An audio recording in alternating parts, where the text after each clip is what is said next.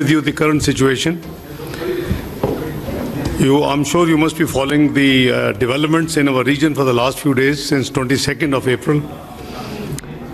We would be sharing, three of us. I'm joined by DG ISPR, Lieutenant General Ahmad Sharief, and my colleague, Mr. Shafqat Ali Khan, spokesperson and additional secretary for MOFA.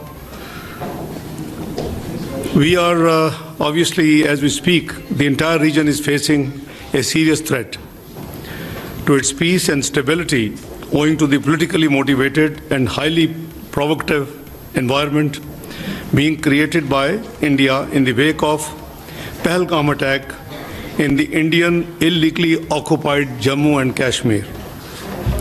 The purpose of this interaction is to brief you about these developments and to share Pakistan's concerns at the highly irresponsible and destabilizing Indian actions and statements. We look forward to answering any questions after the briefing ends.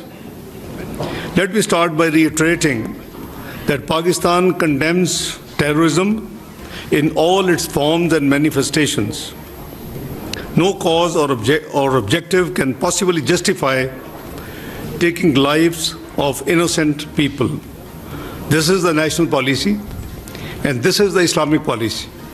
Killing of a human being tantamount, as per Quran, killing of the entire humanity. And saving a life tantamount to saving the entire humanity. So we believe in that. Let me say that targeting of innocent civilians is surely deplorable and condemnable. And this is happening in many parts of the world, and we have been subscribing our views and our policy everywhere it happens. We are concerned over the loss of lives during the Pahalgam attack. We also extended our condolences.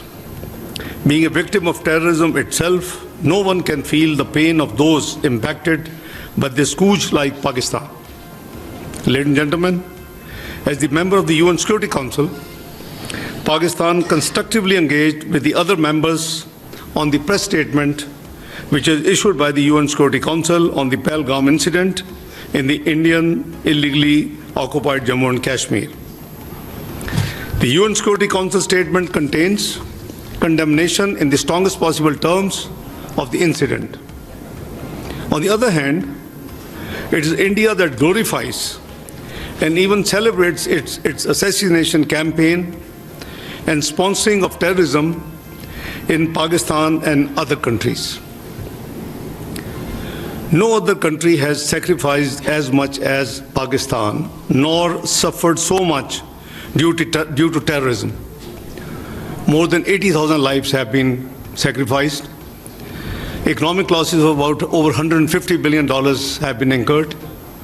And in totality, the impact, the economic and the indirect losses add up to close to $500 billion. We have been working closely with the international community to address this common threat.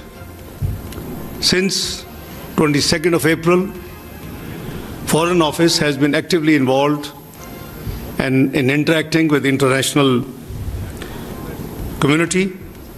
At least a dozen foreign ministers, deputy prime ministers, and the Prime Minister, I have been in touch and have discussed and explained the situation. And I'm sure, you being from the media must be already up to date because MOFA as a policy, after each interaction with any dignitary, we make a very brief statement as to that interaction. The countless sacrifices made by our valiant law enforcement agencies as well as common citizens have helped address the threat of terrorism and contributed towards regional and international peace and stability. In fact, Pakistan has been a victim of terrorism that is planned, orchestrated and sponsored by India.